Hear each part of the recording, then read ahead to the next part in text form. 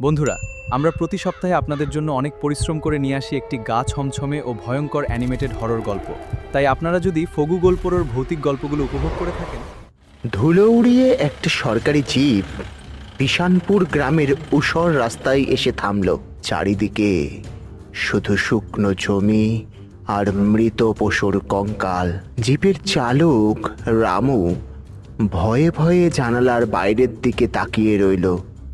আহে, এখানে পাখিরাও ডাকছে না, মনে হচ্ছে যেন পুরো গ্রামটাই একটা শ্মশান হয়ে গেছে। গত 2 বছর ধরে বৃষ্টি হয়নি। এখানকার মানুষ এখনো বেঁচে আছে কি করে? খরা মানুষকে মেরে ফেলে না, এটি মানুষের আশা কেড়ে নেয় রামু। কিন্তু আমি অবাক হই যে কিছু মানুষ সরকারি শস্য ছাড়াই এখনো কিভাবে বেঁচে আছে। গ্রামের প্রধান দীনদয়াল সামনে থেকে দৌড়ে এলেন। তার হাত পা কাঁপছিল এবং মুখ ফ্যাকাশে হয়ে গিয়েছিল। আরে রাম রাম স্যার, দুঃখিত, আমার আসতে একটু দেরি হয়ে গেল। আমার আমার ওই পথে আসার সাহস ঠিক হচ্ছিল না, তাই খানিকটা ঘুম খেয়ে আসতে হলো।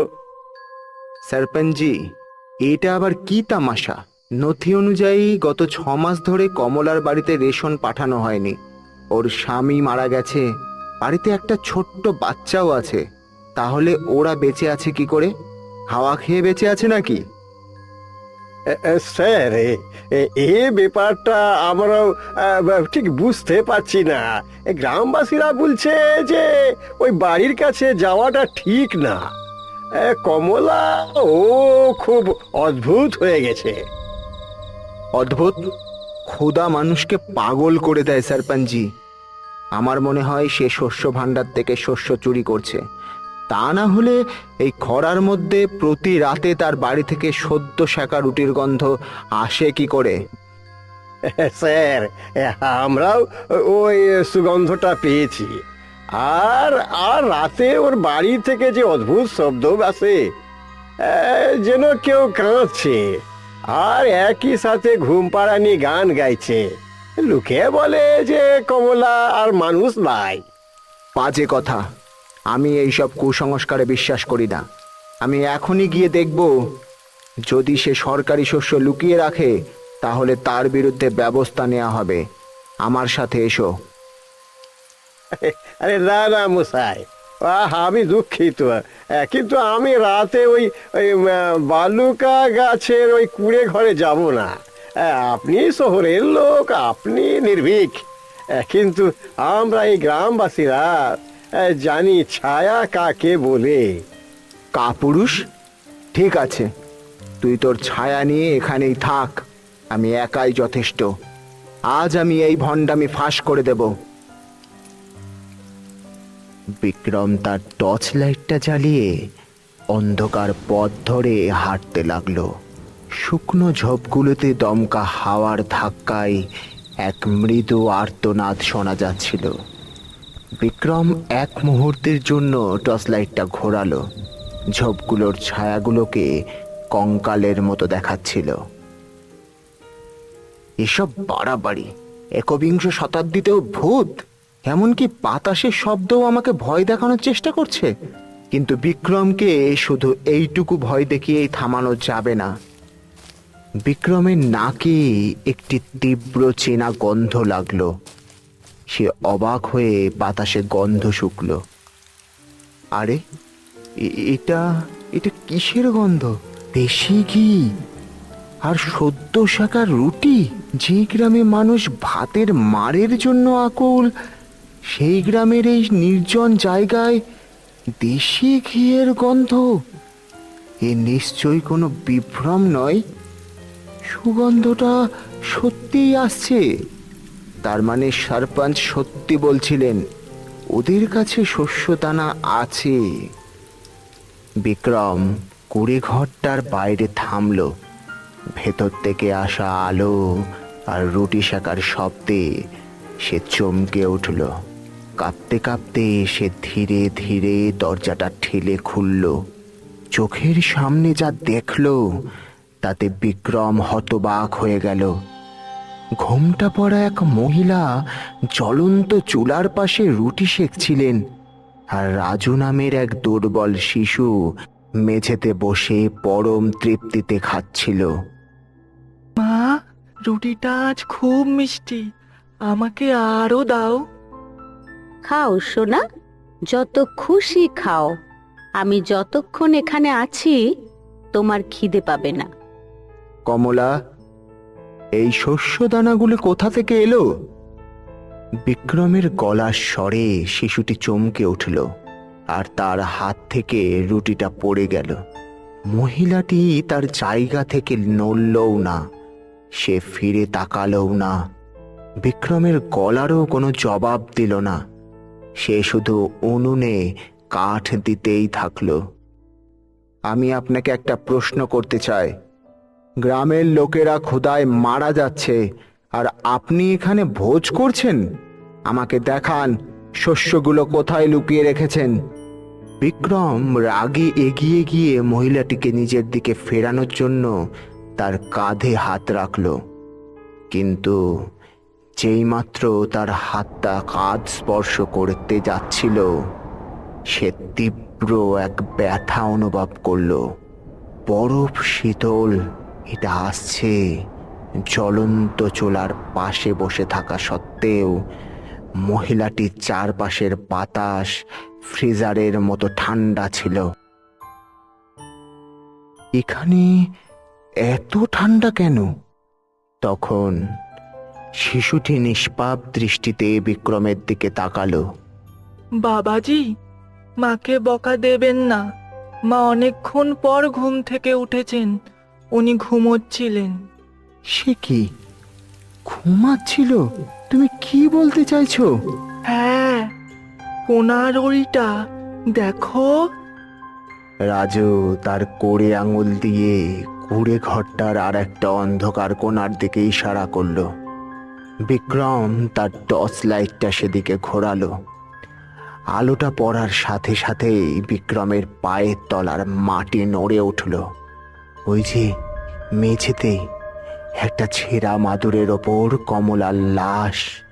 দেহটা পুরোপুরি শক্ত হয়ে গিয়েছিল, মুখটা নীল হয়ে গিয়েছিল, এবং তার চারপাশে মাছি ভন ভন করছিল। দেখে যেন মনে হচ্ছিল ওটা অন্তত 3-4 দিন আগেই মারা গেছে। যদি কমলা ওখানে মৃত অবস্থায় পড়ে থাকে, তাহলে তাহলে চুলার কাছে বসে থাকা ওই ওই লোকটা কে? বিক্রমের চোখ পলক ফেলে, আবার চুলার দিকে গেল। মহিলাটি তখনও রুটি বানাচ্ছিল, কিন্তু এবার সে ধীরে ধীরে বিক্রমের দিকে মাথা ঘোরালো। টাটা ক্ষুধার্ত ছিল, আমি কিভাবে মরতে পারি? তুমি কে? যদি সে ওখানে মৃত অবস্থায় পড়ে থাকে, তাহলে তুমি কে? মিথ্যে কথা বলুন স্যার, আমার বাচ্চা খাচ্ছে, ও ভয় পেয়ে যাবে। বাবাজি, আপনি ভয় পাচ্ছেন কেন? মাছ খুব ভালো রুটি বানিয়েছে, এটা নিন, আপনিও খান। বাবা, এই রুটিটা এটা কি দিয়ে তৈরি? ঘরেতে কোনো শস্য দানা নেই। আমি জানি না বাবাজি, মা প্রতি রাতেই ওই হাঁড়িটা থেকে আটা বের করে রাখেন। তিনি বলেন এটা জাদুর আটা, এটা কখনো শেষ হয় না। বিক্রমের চোখ পড়ল চুলার কাছে রাখা পুরনো মাটির পাত্রটার ওপর। সেটার ঢাকনা খোলা ছিল। বিক্রম সরাসরি পাত্রটার ভেতরে টর্চের আলো ফেলল। ও ঈশ্বর! পাত্রটা খালি ছিল। ওতে কোনো ময়দা বা শস্যদানা ছিল না, শুধু চুলা থেকে ছাই এবং শুষ্ক মাটি এতেই ভর্তি ছিল। এটা সম্ভব না। তুমি এটাকে কাদা খাওয়াচ্ছ? এটা তো প্রতারণা। বিশ্বাসঘাতকতা। স্যার, যখন সরকার রেশন দিল না, যখন গ্রামবাসীরা দরজা বন্ধ করে দিল, একজন মা আর কি করতে পারে? আমার সন্তান ক্ষুধায় কাঁদছিল, আমি মৃত্যুকে বরণ করেছিলাম, কিন্তু আমার ভালোবাসাকে মরতে দিইনি। তাহলে তুমি সত্যিই মরে গেছো? আর এই সব কিছু? স্যার, 4 দিন আগে আমি ক্ষুধায় প্রায় মরতে বসেছিলাম, কিন্তু রাজু তো ছোট, ওর খাবার দরকার ছিল, তাই আমি যেতে পারিনি। ওর পেট না ভরা পর্যন্ত আমি এখানেই থাকবো। বাবুজি, আপনি মায়ের সাথে কি কথা বলছেন? মা, দয়া করে আমাকে আরো রুটি দাও। আমি তোমাকে এখনই এটা দেব। আত্মাটি আবার পাত্রটির মধ্যে হাত দিল। বিক্রম লক্ষ্য করল যে কোনায় পড়ে থাকা কমলার মৃতদেহটিও সামান্য নড়ে উঠল। বিক্রম বুঝতে পারল যে এই জায়গাটি আর মানুষের বসবাসের যোগ্য নয়। সে দরজার দিকে দৌড়ে গেল। সরপঞ্চজি, সরপঞ্চজি, আমাকে বাঁচান, আমাকে বাঁচান। বিক্রম কুড়ে ঘর থেকে টলতে টলতে বেরিয়ে এলো। গ্রামের প্রধান এবং 2 জন গ্রামবাসী বাইরে লাঠি হাতে দাঁড়িয়েছিল। বিক্রমকে আতঙ্কিত অবস্থায় দেখে তারা ভয়ে শিউরে উঠল। কি হয়েছে স্যার? আপনার এ তো ঘাম হচ্ছে কেন? ভিতরে কাউকে কি খুঁজে পেয়েছেন? এই যে বিপর্যয় ঘটেছে সরপঞ্চ, কমলা মারা গেছে। ওর লাশটা ভেতরে পচে যাচ্ছে, কিন্তু কিন্তু ওর আত্মা এখনো বাচ্চাটাকে রুটি খাওয়াচ্ছে, ছায়ের রুটি। হে রাম প্রভু, আমি আপনাকে আগেই বলেছিলাম সে ডাইনি হয়ে গেছে। আমাদের অবশ্যই এই কুড়ে ঘরটা পুড়ায় ফেলতে হবে, নইলে সে পুরো গ্রামটারে গিলে খাইব। না না, কেউ আগুন লাগিয়ে দিলে সাবধান, ভেতরে একটি জীবন্ত শিশু আছে। রাজু এখনো বেঁচে আছে এবং সে তার মৃত মায়ের সাথে রাতের খাবার খাচ্ছে। তাহলে আমরা এখন কি করব স্যার? আমরা ভিতরে গেলে যে আমাদের মেরে ফেলবে। মৃত মানুষের তাদের জিনিসপত্র খুব ভালোবাসে, সে আমাদের বাচ্চাটাকে নিয়ে যেতে দিবে না। আমাদের তাকে মুক্ত করতেই হবে। তার মনোবল শুধু এই কারণেই আটকে আছে কারণ সে ভাবে যে তার মৃত্যুর পর শিশুটি ক্ষুধায় মারা যাবে। আমাদের তাকে আশ্বস্ত করতে হবে। কি ধরনের বিশ্বাস? এখন রাজু আর না খেয়ে ঘুমাতে যাবে না। ঠেলাগাড়ি থেকে বাজারের জিনিসগুলো বের করো এক্ষুনি। আমরা ওই ব্যাগগুলো নিয়ে ভেতরে যাব। আপনি কি পাগল হয়ে গেছেন মহাশয়? ভূতের সামনে রেশন নেবেন? হ্যাঁ, কারণ একজন মাকে জাদু বা আগুন দিয়ে ভয় দেখানো যায় না, তাকে কেবল সান্ত্বনা দিয়েই শান্ত করা যায়। আমার সাথে এসো। বিক্রম জিপ থেকে 1 বস্তা আটা তুলে নিল। সরপঞ্চ ইতস্তত করে 1 ব্যাগ চাল তুলে নিলেন। 3 জন সেই ভুতুড়ে কুড়ে ঘরটার দিকে ফিরে চলল। ভেতর থেকে তখনও রাজুর হাসির আর কমলার ঘুমপাড়ানি গান গাওয়ার শব্দ প্রতিধ্বনিত হচ্ছিল। আয় আয় চাঁদ মামা। প্রস্তুত থেকো, আমরা ভেতরে ঢুকলেই সে রেগে যাবে, কিন্তু থামবে না। বিক্রম সজোরে দরজাটা ঠেলে খুলে আটার বস্তাটা মাটিতে ছুঁড়ে ফেলল। কমলা, দেখো, আমি খাবার এনেছি, আসল শস্য। তুমি ফিরে এসেছো কেন? চলে যাও, আমার সন্তান আমার। কুড়ে ঘরটার ভেতরের পরিবেশটা ভয়াবহ হয়ে উঠেছিল। কমলার আত্মা এক কালো ছায়ার রূপ ধরে উনুনের আগুনে হাওয়া দিচ্ছিল। বিক্রম বুঝতে পারল যে কথা বলে কোনো লাভ হবে না। তাকে রাজুকে এই মৃত্যু ঘর থেকে বের করে আনতেই হবে। সরপঞ্চ, রেশনের বস্তাটা রেখে রাজুকে তুলে নিন। আমাদের পালাতে হবে, এই জায়গাটা আর নিরাপদ নয়। জি স্যার। আমার বাচ্চাকে কোথায় নিয়ে যাচ্ছ? বাইরে দুর্ভিক্ষ চলছে, ও মারা যাবে, ওকে পেরিয়ে দাও।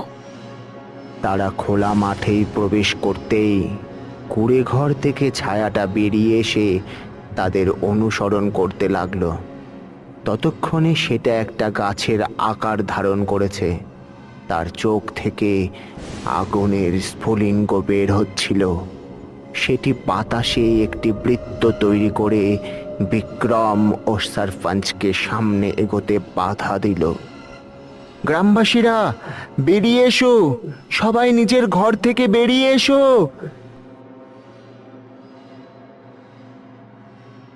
এই যে, ই হলো কমলা, ও ডাইনি হয়ে গিয়েছে। দাঁড়াও দাঁড়াও কমলা, দেখো পুরো গ্রাম এখানে দাঁড়িয়ে আছে। তোমার ভয় ছিল যে তোমার মৃত্যুর পর রাজুকে কে খাওয়াবে, সেজন্যই তুমি যেতে পারোনি। ওরা সবাই স্বার্থপর। আমি যখন বেঁচে ছিলাম কেউ আমাকে একটা পয়সাও দেয়নি। এখন আমার মৃত্যুর পর ওরা আমার সন্তানকে কি দেবে? ওকে আমার কাছে দিয়ে দাও। আমি ওকে আমার সঙ্গে নিয়ে যাব। রাজুর বেঁচে থাকার অধিকার আছে। ধিক্কার তোমাদের গ্রামবাসীরা, তোমাদের বিশ্বাস না করার কারণে এক মা মৃত্যুর পরেও শান্তি পাননি। তোমরা কি এতটাই পাষাণ? আজ যদি এই মায়ের আত্মাকে শান্তি দিতে চাও, তবে প্রমাণ করো যে রাজু খোদাই মরবে না। বিক্রমের কথা শুনে ভিড়টা চুপ হয়ে গেল। ঠিক তখনই ভিড়ের মধ্যে থেকে একজন বৃদ্ধা হাতে একটি থালা নিয়ে এগিয়ে এলেন। আমাকে ক্ষমা করে দাও কমলা, আমি পাপ করেছি। এটা নাও রাজু বাবা, এটা নাও। কাকি তার থালাটি বাড়িয়ে দিলেন, আর একজন পুরুষ তার পিছু পিছু এলেন, তারপর একজন মহিলা।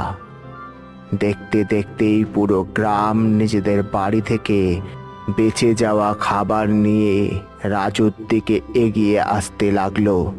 কেউ রুটি, কেউ গুড়, কেউ ভাত দিল। রাজুর চারপাশে খাবারের স্তূপ জমতে লাগলো। আর দেখো কমলা, আজ এই পুরা গ্রাম শপথ করছে যে যতদিন আমাদের বাড়িতে চুলা জ্বলবে রাজু না খেয়ে ঘুমোবে না। আমরা সবাই, হ্যাঁ, ওর মা বাপ আছি। দেখো কমলা, এখন রাজু একা নয়। এখন তুমি যেতে পারো, তোমার মুক্তি থামিও না। রাজু সোনা, আমি এখন চললাম। পেট ভরে খাও আর কখনো কেঁদো না। মা, তুমি কোথায় যাচ্ছ? আমাকেও সঙ্গে নিয়ে যাও। না বাবা, তোমার সময় এখনো আসেনি। আমার আশীর্বাদ সর্বদা তোমার সাথে থাকবে। কমলার আত্মা ধোঁয়ার মতো ধীরে ধীরে বাতাসে মিলিয়ে গেল। আকাশ থেকে মেঘের গর্জন শোনা যাচ্ছিল, আর এক অলৌকিক ঘটনা ঘটল। 2 বছর পর ঠিক সেই মুহূর্তে গ্রামে বৃষ্টি নামতে শুরু করলো। তৃষ্ণার্ত মাটির তৃষ্ণা মিটল, মানুষ আনন্দে নাচতে লাগলো। বৃষ্টির ফোঁটা কুড়ে ঘরে রাখা কমলার জ্বলন্ত চিতা নিভিয়ে দিল। চলে যাওয়ার সময়েও তিনি গ্রামটিকে জীবন দিয়ে গেছেন। মা তো মাই। বাবুজি, মা কি চলে গেছেন? না বাবা, এটা এখন বাতাসে, বৃষ্টিতে, এখন সবখানে। পরদিন সকালে গ্রামবাসীরা ভারাক্রান্ত হৃদয়ে কমলার শেষকৃত্য সম্পন্ন করতে কুঁড়ে ঘরের দরজা খুলল। বিক্রম ও গ্রামের প্রধান ভেতরে গেলেন। রাজু জিপটার কাছে বাইরে চুপচাপ দাঁড়িয়ে রইল। স্যার, এই গন্ধটা খুব তীব্র আছে। আসুন, তাড়াতাড়ি এই মাদুরটা তুলে নিই। হ্যাঁ সরপঞ্চি, বিচারি মা, অন্তত এখন তার আত্মা শান্তি পাবে। সরপঞ্চ, এটা কি? হাই স্যার, এটা কি করে হলো? এটা কি করে হতে পারে স্যার?